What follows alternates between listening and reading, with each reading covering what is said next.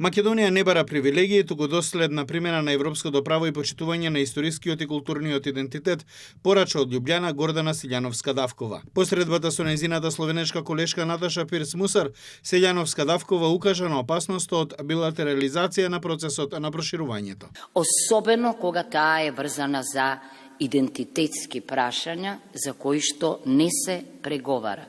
Значи, ние не бараме привилегии, ние само бараме доследна примена на европското право и почитување, се разбира, на историскиот и културниот идентитет на народите и на дигнитетот и интегритетот на индивидуите. Ако не сме спремни да го разбереме соседот во регионот, ако не сме спремни да го поддржиме соседот во регионот, како може да очекуваме разбирање и поддршка во Брисел? Мислам дека е тоа логично и природно. Словенешката претседателка Пирц-Мусар изјави дека Словенија останува силна во поддршката на Македонија во нејзиниот европски пат. Најави дека ќе се залага за промена на правилата за прием на нови членки за да нема неосновани блокади и уцени. Денес Северна Македонија во ситуација дека поради една од државите членки не може да отвори нити едно поглавие.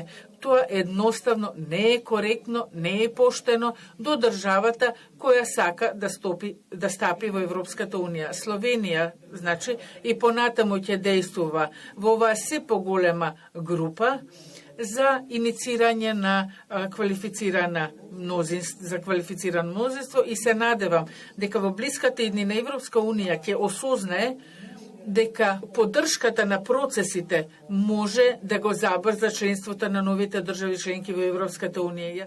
На средбата двете претседателки потврдија дека Македонија и Словенија ќе ја продлабочат соработката која трае 35 години. Посебно во иднина фокусот ќе биде во делот на економијата, дигиталната транзиција и зелената трансформација.